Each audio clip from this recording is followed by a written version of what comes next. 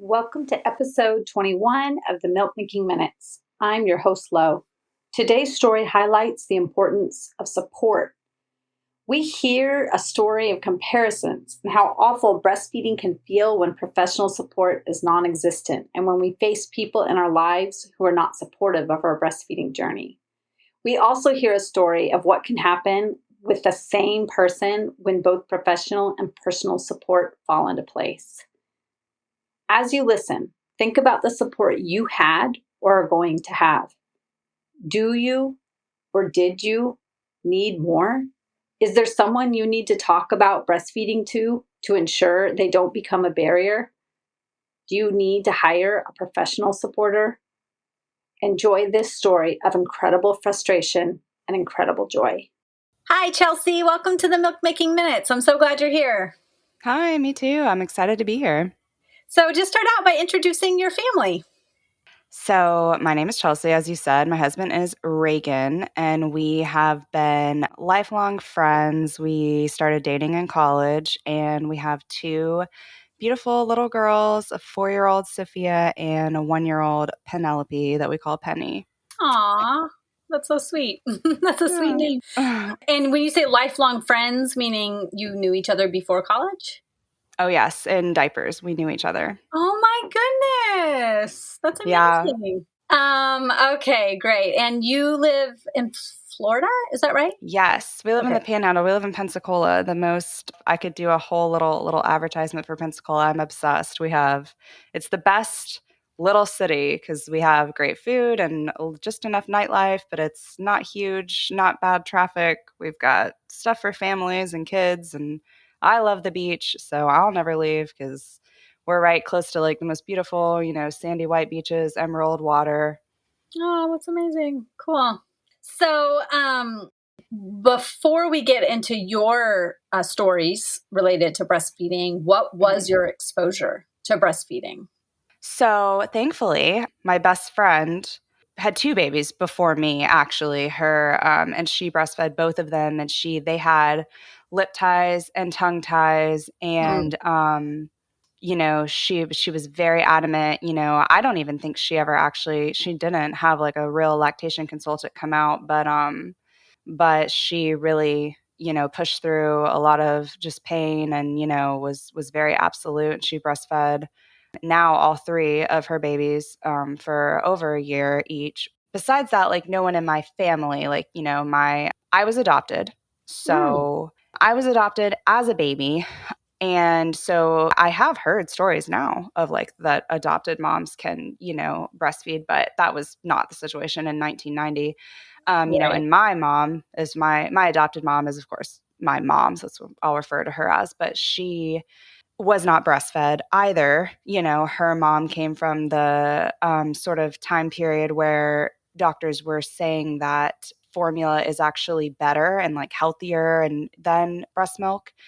And so it was just not, I also think that it was more of the time period where kind of like only poor people breastfed and they weren't necessarily well off. And my mama she's never said that, oh, she didn't breastfeed because that's what poor people do. But I think I know that was kind of like a thing at that time. Status symbol. Yeah. Right. To be able to buy formula. So, and then my mom ended up getting remarried and had a child whenever I was 4. So she had a child, naturally, and then that's adopted me. So, but she didn't breastfeed her either. So, So that have you talked to her about that decision to formula feed your younger sibling? Yes. And I'm sure we'll, get into it because it plays a huge role in my breastfeeding story of my oldest. But, she now has said to me that she wishes that she had breastfed. And I hate for anyone to have like regret or guilt, like I'm like, you just were doing the best for your child. Like you're still a good mom, of course, but it's just interesting that now, like, I don't know, that's something that she did not and would not have said whenever my first Sophia was born. Right. That's so fascinating. So you had the example of your friend who breastfed her babies through a lot of difficulty, it sounds like. Mm-hmm. Did she have all three of her kids before you had yours, or was No, that just happening the two simultaneously? two Okay. of them. Yeah. Okay. And did you get a pretty close view of breastfeeding? Was she pretty open about breastfeeding? Oh, yeah. Yeah. Okay. I mean, when we are best friends and, every codependent, like, inappropriate sense of the word, I guess, like, Uh-huh. I mean, I was there, I saw all the nitty gritty. So, Okay. And so did that shape what your breastfeeding goals were once you were pregnant and thinking about what you wanted to do for your family? yeah. Yeah. I mean, I can't say, I really don't remember if I thought too much about breastfeeding prior to, any time when I was a teenager or whatever, just thinking about having kids in the future. I didn't really think about like the baby part of it, I guess. But then of Mhm. course, I'm like, yeah, yeah, like breastfeeding, that's the best. Like, that's great. I mean, this is how God designed it. Like this is my thought going into it, before my babies were born was that this is like tailor made for them, as our DNAs and linked and everything. And so this is what I want to give them, and I know that they'll be okay on formula, of course, but I'm going to do my best to do the best for them, which is breastfeeding to me. So, and she, like I said, she breastfed for a year plus. So I was like, yeah, absolutely. I want to breastfeed for 12 months. That's my goal. So. Okay. And did you do anything? Did you take any classes or read any books or do anything to kind of prepare yourself, attend any support groups or No, anything to prepare for absolutely breastfeeding? not, which was a terrible mistake. Oh, no. No, Yeah. I didn't. I did absolutely Yeah. nothing. I was definitely, I think I, definitely fell into that camp of just, yeah, like this is, my body knows how to do this. It's a natural Mhm. thing. And so I'll just do it. Mhm. I'll just do it, and Yeah. then because I also had ideas that I was going to have a natural birth too, and did absolutely no preparation or research on how to go about having a natural birth. So, Oh, wow. so I just kind of the, quick overview. My Sophia was born in a hospital. I went into labor naturally, but I still got Pitocin and an epidural. At the advice of your care providers? Correct. Okay. Correct. Yes, I completely. Well, I will say in pre-labor or whatever, still at the house when we were, deciding that it was definitely time to go, I told my husband, I was like, I'm getting an epidural because I Mm. was like, if this already hurts like Yeah. this bad, we're Right. not going to like a place where this is worse. I'll be getting it. And he's like, okay, whatever. But I had no, real difficulties. I did not regret getting the epidural. I did not, feel particularly groggy, or I didn't feel any issues with breastfeeding immediately.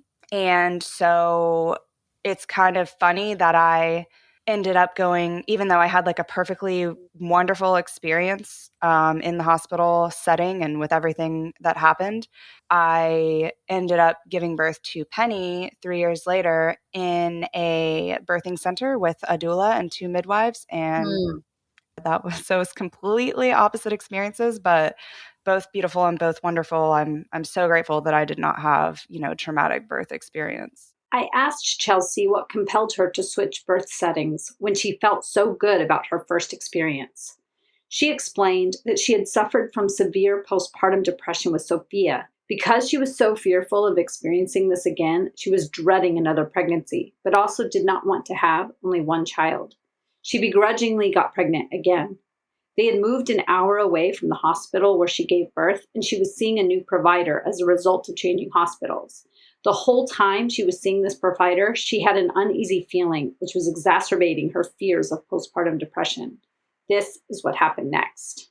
Then Kate is my best friend that I was talking about. She had this friend who had a traumatic birth experience, and so for her second baby, she went the midwife route for that reason. And she put out a whole beautiful, story of everything, why her first birth was so traumatic, and then what led to her decision, and then how her water birth at home with the midwives went. And I watched the entire thing. Kate, she was like, I really just think you need to watch this. I don't know, like, you just need to just watch it and like tell me what you think when you're done. And I did feel very compelled that that was something that I was interested in. And so then she helped me research like local midwives. And mind you, this is January. My baby's due February 28th. Wow. Yeah. And she was like, okay, why don't you just call these people, make an appointment. Like you'll never know. You'll never know if you don't just at least go and see how you feel. Talk to them. She was like, I would hate for you to just keep pushing forward with something that just because you think it's too late or whatever, but something that you don't feel good about.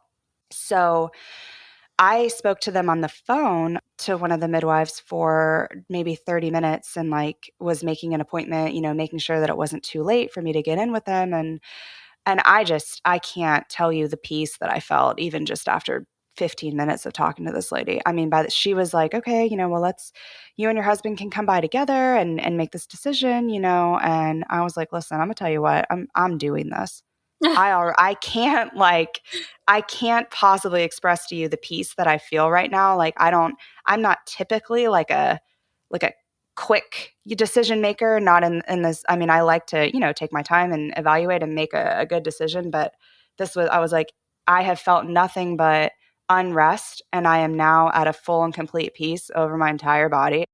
Chelsea described her birthing center birth as being peaceful and homey and just what she needed for the birth of her second baby.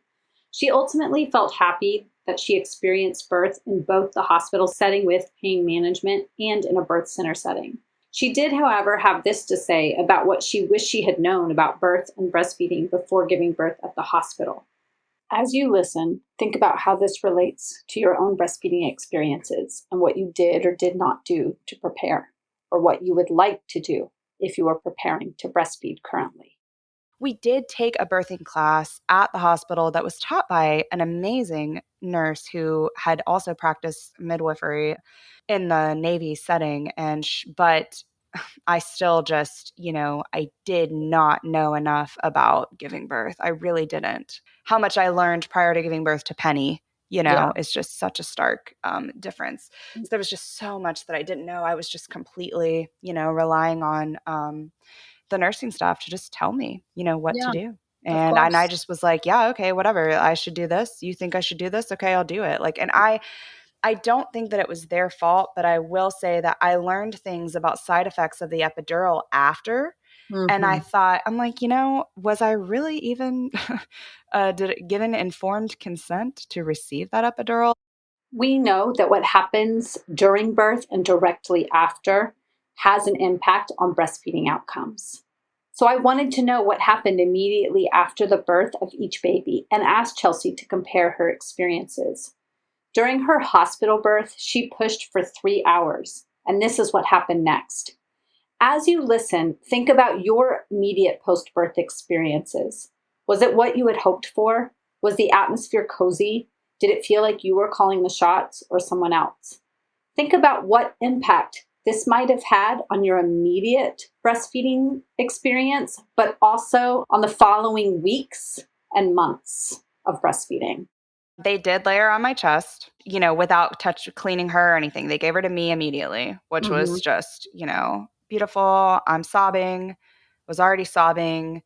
She's a bloody, disgusting mess. I'm kissing her, anyway, like, okay. And then they did ask me if I don't know how many minutes had passed, but they asked me, to take her and clean her up. My husband cut the umbilical cord, fairly immediately or whatever. I did have to have a small episiotomy. So he was stitching me up, and then they took her, wiped her down, weighed her, did whatever they do. I think they might have even went ahead and, no, they didn't administer the Hep B. I didn't get that right then. But they did all the, whatever the things. And I remember feeling like I felt so distraught. Gosh, I think I'm about to start my period, so I'm probably going to cry during this podcast. Aww. But I was like someone give me my effing baby. Like, Yeah. why? That was the only time I even said a curse word the entire experience, even all the pain. I remember people talking about how, oh, you'll say mean things to your husband because you're in so much pain. But it was not like that. I felt so much love. And for my husband, I actually said to him, I love you, like so many times whenever I was in labor with Sophia. And he was so, supportive and right there, the whole time. But it just felt like she was taken away from me for so long. I had kept my eyes on her. They were moving her back and forth, weighing her and doing whatever. I was like, please give me my baby, and but Reagan tells me it really wasn't that long. And I really freaked out, for nothing. But I'm like, you're not me, you don't know what it was like in my head in that Not for moment. nothing. I just want to validate that you have a hormonal response there to keep your baby with you and on you for a long time. But if you're saying that the baby was on you for, a matter of minutes, even if it was 10 or 15 or 20 minutes, and then the baby got taken away, you have a real hormonal response there to want to keep that baby with you. Oh yeah. So I just want to validate that those feelings of like, what is going on here? Bring that baby back to me, because biologically speaking, there was nobody, the most of human history, there was nobody taking babies away from the birthing mother to weigh and feed and clean the baby, Right. And that is an interruption to that biological process. And I would love to know what was the difference between that experience and what happened at the birthing center right away with Penny. Right. So, of course, Penny was given to me. Oh, it was horribly awkward because Kate was there. She got to catch Penny. Aww. And yeah, so sweet. Hand her to me. And I was on my hands and knees. It was so really very awkward. But then I, kind of got in position. And then my placenta was for some reason really, really short and fat. So she couldn't get past to like my belly. They were like, whoa. Yeah. So yeah, that's whatever, you know what I'm saying. And so it was so weird because she was laying on my belly, like not, but I was like, okay, whatever. And yeah, and it felt so very, so, different. But she sat there for a long, long time. I mean, they didn't, and, of course, it was delayed cutting. They didn't cut the cord for a long time. I don't know, 20, 30 minutes, just whatever it was until it quit pumping or, right. So, and then I must have held her for another long time. It felt much more relaxed, much more, no one was, trying to take her from me. Because, whenever I could pull her up closer to me, I still held her for a while. And in the hospital, someone finally came in. It had been maybe over an hour since she was born. And I had not even tried to breastfeed her yet, And like I said, at the time, I did not feel like I was in a fog. But now looking back, I'm like, yeah, definitely. The difference between the two births, my brain was definitely foggy after the epidural as opposed to the drug-free birth. And the fentanyl too, probably. Yeah. So a nurse had to come in and he was like, have you breastfed yet? And I was like, oh no, like I hadn't even thought about it. So he's like, oh yeah, you need to. So I just. I'm sorry. Was at that time was Sophia already clothed? Was she wrapped up or? I don't think she was in clothes, but she was wrapped up. Okay. Probably. Okay. Yeah. So I still didn't have a shirt on, but yeah. So they've taken baby, they've weighed her, they've cleaned her, they've wrapped her up, and they've handed her back to you. So you're holding her, but it's not this, 1 to 2 hours of skin to skin snuggly time that we know is good for those milk making hormones. Right. And I remember sort of unwrapping her because I did know about skin to skin, at that time. And and I remember and I knew that it was important for Reagan to do that too. So we had unwrapped her like a little bit, but she definitely, I remember just feeling like, or looking back on it, that it was sort of awkward because she wasn't completely naked, but so we had both done that, both taken our turns holding her. And then she did, I mean, she latched, like it just And that seemed pretty easily, like to me, and the nurse nurse that came in and suggested that you breastfeed, did he help you figure out how to do that? Or was No, it just I like, mean, you he need to stayed. breastfeed? Right. He kind of waited, or whatever. And then I think there was another nurse that came into the room too. I don't know. They were like kind of doing other stuff, but they were also kind of like available, to me. But they looked over and they checked on me and they were like, "Oh, well, do you feel okay? This looks good, And I was like, "Yeah, I think it's good, And they're like, Mhm. "All right, great, And then that was it. And then the whole 2 days that we stayed there, nurses would come in, and I remember like asking me, how it was going. And I was like, yeah, I think it's going fine. I mean, I just was like, I knew that it was going to hurt a little bit or, hurt until like maybe my nipples kind of got used to it or whatever, So can you imagine for a second, like breastfeeding is a new skill for both hmm the breastfeeding parent and the baby. So imagine any other new skill that you're learning, like teaching a child to read. And can you imagine mm if the teacher just came to the, 5, 6-year-old? I was a teacher for 10 years. I've taught my own kids how to read. I homeschool. So can you hmm imagine if I just came to my kids and said, "Hey, how's reading going? Yeah. Like, do you think it's going well? Is it And they're going like, well?" yeah, Like, it's of great. course the answer is, yeah, it's going pretty good. hmm Like, what else is the response supposed to be in that moment, hmm Because we don't know. You don't know what you don't know. No, exactly. Yeah. And I knew, of course, about tongue ties and lip ties, and it was hurting. I mean, when I got home, I was like crying every time. Oh. It was awful. And Oh, I feel for you. they Mhm. did give me a nipple shield. So, of course, I was like, well, yes, this nipple shield is the answer to my prayers. Like, Mhm. I knew at least enough to know, like, I really can't be using the nipple shield like every single time. But so by the time I guess maybe we had been home for like a week or so, I also didn't know anything about cluster feeding. Mm. So that was awful, to not have any, prior understanding of that really. But I was like, I got to a point where I was you trying not to use the shield like all day, but then kind of like by the nighttime, I was like, I can't, like, I have to, I can't, Right. Yeah. do this. I am Right. crying. We did take her to the pediatrician, said it looks like she has a lip tie. We got her lip tie lasered at a pediatric dentist. Really great experience. She was 2 weeks old when by the time we did that. And so then I remember thinking, okay, like this will solve our problems. This was the problem.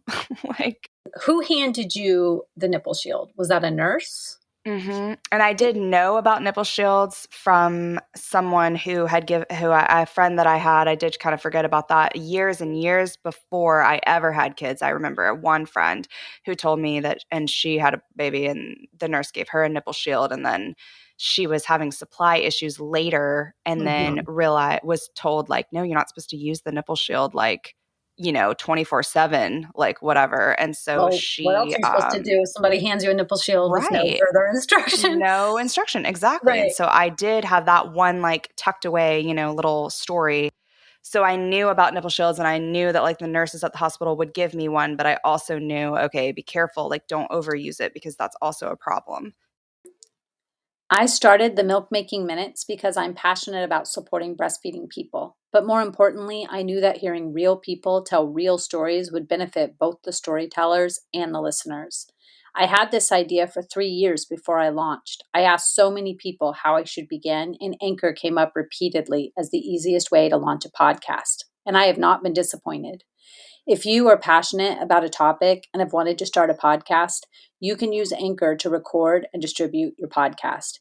It's easy to use. You can use the editing tools right from the platform. You can distribute your podcast episodes seamlessly to listening platforms like Spotify and Apple Podcasts right from Anchor. And the best part is, it's free. And the tech support has been great too. Go to anchor.fm or download the app right to your phone to get started on your great podcast idea. Was there a lactation department at your hospital? No. At any time, did anybody say, would you like any lactation help? No, I don't remember.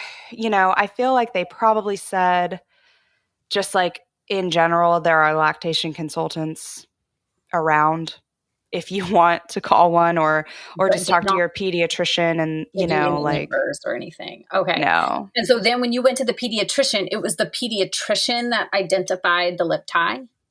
Yes. Okay. Yes, she did. Yeah. Okay. And then did that person say you really need follow-up care, or did the pediatric dentist say you really need follow-up care with a lactation consultant?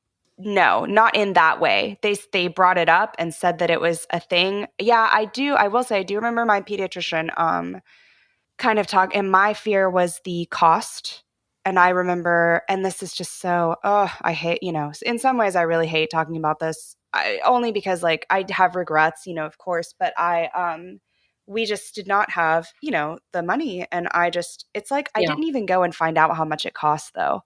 It was like the fear that it was There are expensive. so many costs when you're having a baby. Mm-hmm, yeah. Mm-hmm. And I just thought there's no way, like I can't. And I did think, well, Kate got through this. Her kid had a lip, like she didn't pay for a lactation. So I don't need to either. Like I can just do it, Did you have insurance? Yes. Okay. And no one suggested to me that insurance might cover lactation though. I don't know. Yeah. What, do you know which insurance you had? Blue Cross Blue Shield. Mm-hmm. It's hard to get the Blues to pay, but they will sometimes. Yeah, they didn't pay for Penny's birth at all. Of course cost is a factor. Of course it's a factor. You have so many expenses when you're giving birth and in those early baby days that if you think I can grin and bear it and figure this out, I can watch YouTube videos, I can, do my own research, I can ask my friend who's done this before.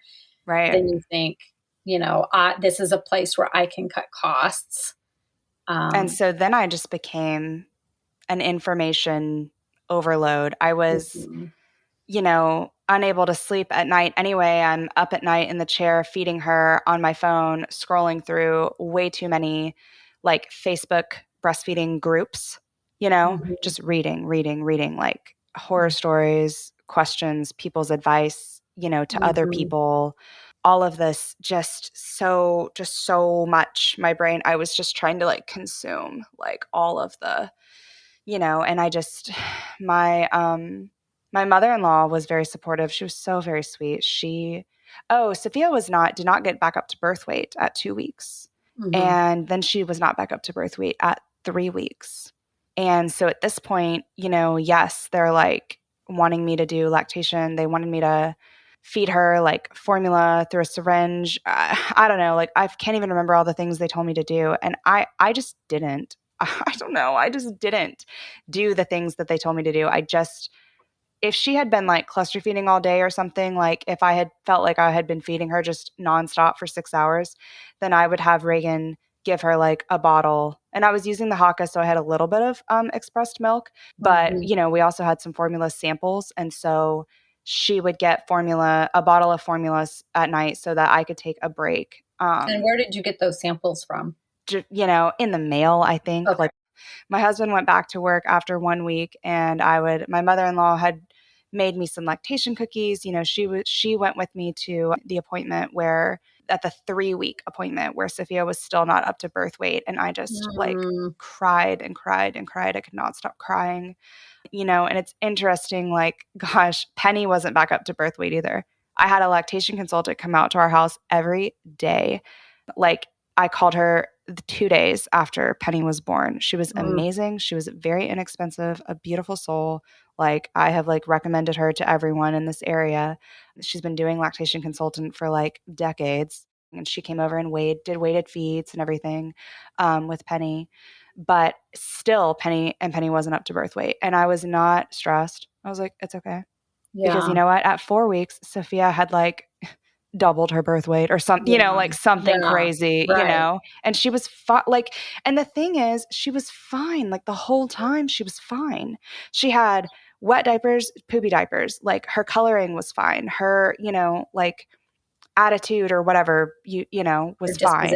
Disposition, yes, was normal. And so I don't know, getting hung up on the weight, it was just, everything was so different. But, my postpartum experiences could not have been more different. With my stress and anxiety, and depression level that was happening. And I did also encapsulate my placenta this with Penny, which I think was so great and, made a difference, but also just the experience and feeling more confident as a mom, and it was also a huge factor. And Reagan was able to stay home with me for 4 weeks. I mean, we knew what to do. We knew like how to, and I don't like to get too hung up on this, but we knew kind of like the loose-ish schedule of eat, play, sleep, and Penny just fell right into that kind of schedule, which I know isn't necessarily for every baby, but it worked for Penny. So it was great.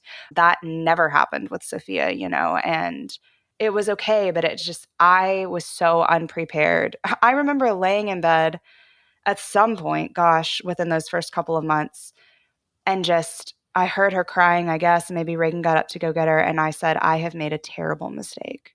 I should not be a mother. Like this was a mistake. And it was just such a difficult, dark time. Yeah. But and so, it was like difficult to kind of, I don't know. I mean, I'm not going to say that I didn't feel bonded to Sophia at all. But of course, it was difficult. Yeah. It was just difficult. Yeah. And I think we cannot discount the difference in the support that you set up for yourself the second time around and the birth experiences and how supported you felt right off the bat and the impact that had on then those postpartum experiences. We know the rates of postpartum depression are higher amongst people who have difficult breastfeeding experiences. That's not just in our heads, that's hormonal, it's both. It impacts us on a deeply psychological level, and there is an actual physiological impact when breastfeeding isn't going well. Yeah, it was awful. And my mom, with the best of intentions, my mom, one night she sent me an article that was just basically all about this woman who quit breastfeeding and didn't feel guilty about it. And like just explained how like, and I was just like, I can't, you are not reading the room. Like this is not what I want. I don't want you to encourage me to not breastfeed. Like, and it bothered me that my mom she just didn't even care about breastfeeding. And it was like, she thought she didn't understand why I cared so much about it. And, she was just like, it's not a big deal. Just let it go. And instead of like taking the time to just be like, you know what, this is important to her. So I will learn what I can about it and learn how to help her. My friend Kate, was absolutely like there for me. And she, I basically I never did really get a lactation consultant. I breastfed Sophia for 6 months. Things got a lot better at 8 weeks when I went back to work because pumping, didn't hurt as much as feeding her. And basically, I guess she just finally got a little bit bigger. I don't know. Her mouth got bigger. Like, I really don't know. But breastfeeding just didn't hurt anymore, like finally. And after about the 8-week mark. But for 8 weeks, it was pretty painful. Yeah. Yeah. Like scabbing, bleeding, crying, everything. And I would pump and, someone would feed her a bottle either of formula or of my express breast milk. But finally there for a couple of months, at least for like from probably the 8-week mark to like, I thought my mom would sometimes, the other thing too, and it's not totally her fault. My mom was watching Sophia for me while I was at work. which was amazing. It was free, very like blessed to have had that in my life. But like she would just kind of decide that Sophia seemed still hungry, and so would make her like 2 ounces of formula to like follow a 3 or 4 ounce breast milk bottle. I know she wasn't really doing paste feeding. Like I really don't know what size nipple even that we were using back then. I mean, I'm sure a 1, but I know that as she got older, she made the nipple size go up, and I remember her talking about like, oh, she's just so hungry. Like she's still hungry. So I'm going to make her a little, formula bottle. One time I rushed to my mom's house to feed her, and I was like sitting in the chair trying to nurse her. And I don't know why my mom went in and made a formula bottle while I was nursing her. And she walked into the living room like shaking it. And so Sophia turned and saw it. And my mom looked at me and was like, oh, oops, whoops. Like I was just in shock. And I kept trying to nurse her still for like a couple of minutes, but I don't know. It was just awkward. Like it was just weird. Yeah. And then were you able to say anything to her at that moment? No, Okay. no, I didn't. I've never brought that story back up to her or anything. It just, oh, how painful. Yeah. I don't know why that happened. I really don't know like why that happened. And that was in 4 or 5 months, like that was more when like things had gotten better and breastfeeding had gotten better. And I don't know. But I had some really devastating news whenever Sophia was 5 months old, just right around her 5-month mark. And it sent me into a more spiraling depression.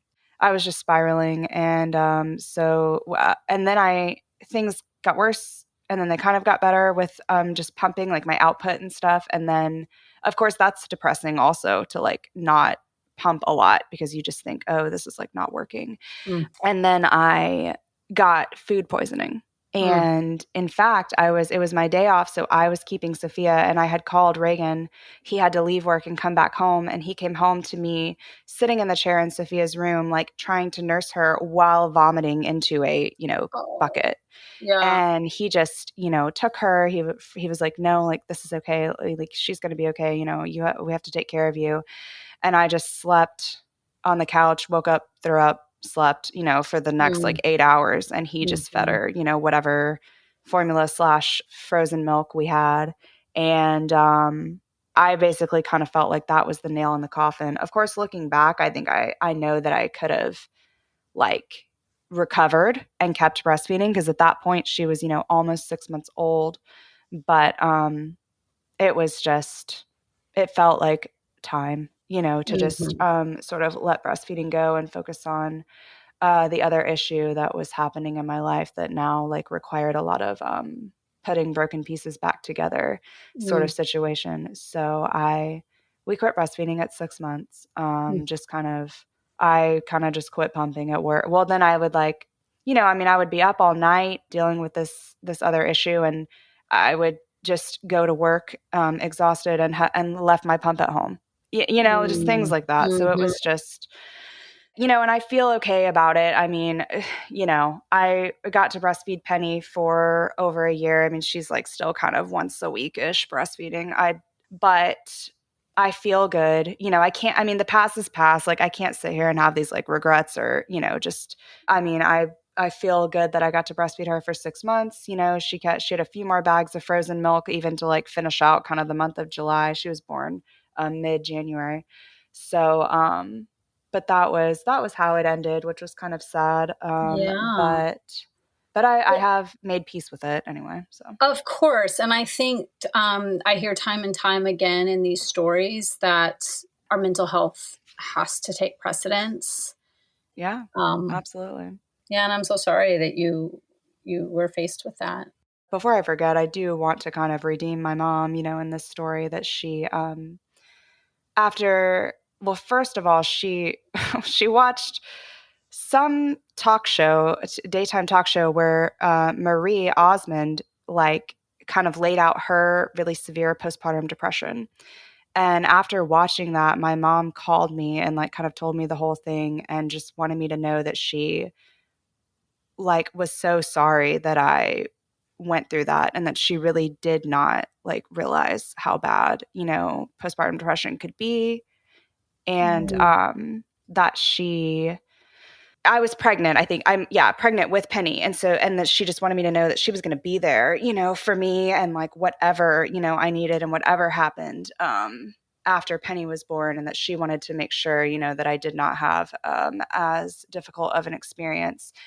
She has moved, like she lives a state away now. So everything was just kind of different after Penny was born, but she's been very, supportive. I mean, I will say like I haven't necessarily like required as much support, of course, because breastfeeding just went much better, and I had the lactation consultant, which was amazing, but she was very very like pro and helpful, me breastfeeding Penny, and very anytime I was at her house or she was at my house, very like, oh, do you need to feed her, or whatever, like just not ever making me feel guilty that like I was holding my baby too much and not letting other people have their chance to hold my baby, And with Sophia, I don't know if that was just it's hard to think back on, okay, well, what was like my perception and what was reality? Because I just feel like my mind was so warped during that whole like first year. I was so I don't think you grateful. need to doubt what was happening. I think you can trust what you felt. Well, I felt guilty. Like I felt anytime someone came over, which people came over constantly, that I needed to give them the baby and let them have time with the baby. That is so hard. I just love that story of your mom not being as supportive as you would hope the first time around, but then learning from that. And the second time around, not only in her mind deciding to make a decision, but coming to you and saying, hey, I'm really sorry that you experienced that. And I'm really sorry, I really want to support you this next time around.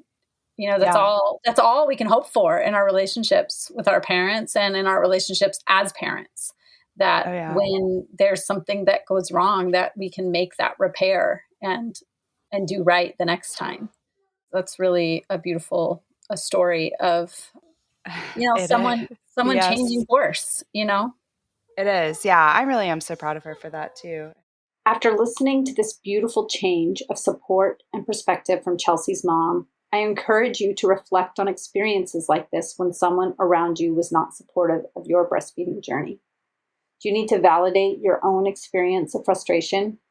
If you are currently breastfeeding and there is someone who is not supportive, do you need to speak to that person, or do you need someone else to speak to that person on your behalf? Think about what you can do to even make a slight improvement so there is one less barrier to your breastfeeding success. As we prepared to wrap up our conversation, I asked Chelsea if there were any breastfeeding moments that she hoped to remember forever. This is what she told me. Shortly after Penny was born, one morning, I woke up, came out into the living room to let Reagan sleep a little bit longer, and we kind of set up on the couch, and it was still quiet. I didn't turn on any lights or the TV, and the sunlight was just kind of coming in through the windows. And Sophia woke up and came out to sit next to me on the couch, and then she got up and she ran and grabbed one of her babies and a pillow and breastfed her little baby next to me, feeding Penny. And she just had a big smile on her face. I actually was able to take out my phone and get a little bit of video of it, but it was just the sweetest little moment. That is such a sweet moment. Thank you for sharing. All right. Well, thank you so much, Chelsea. This has been such a joy. Yes, thank you. Thanks for having me. Thanks for listening. Chelsea's story is one that really highlights what so many of us know. Successful breastfeeding needs great support. And speaking of support, I ask you right now, if you have gained anything from listening to this episode, to jump to Apple Podcasts or Spotify and hit the 5 stars button. It only takes a second. If you have a minute more, write a review. Thanks for being part of the Milk Making Minutes community.